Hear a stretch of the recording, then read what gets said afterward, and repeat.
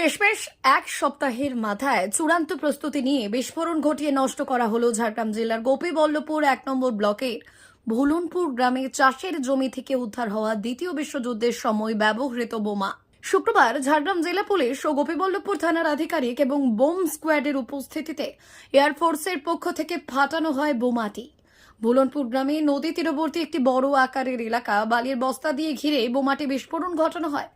এদিন bomb squad ও এয়ারফোর্সের পাশাপাশি উপস্থিত ছিলেন এসডিপিও গোপীবল্লভপুর পারভেজ সরফরাজ, গোপীবল্লভপুর থানার আইসি কার্তিক চন্দ্র রায়, সাব ইন্সপেক্টর সন্দীপ সিংহ, গোপীবল্লভপুর ১ নম্বর ব্লকের ভিডিও শ্যাম সুন্দর মিশ্র সহ প্রশাসনের আধিকারিকরা।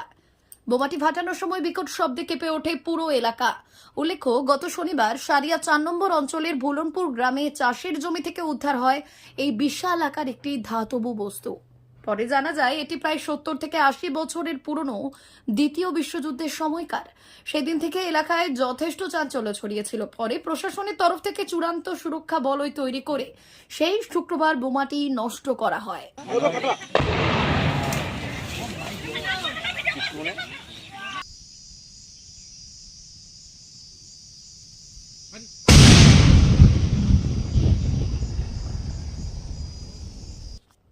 D news, Jhargram.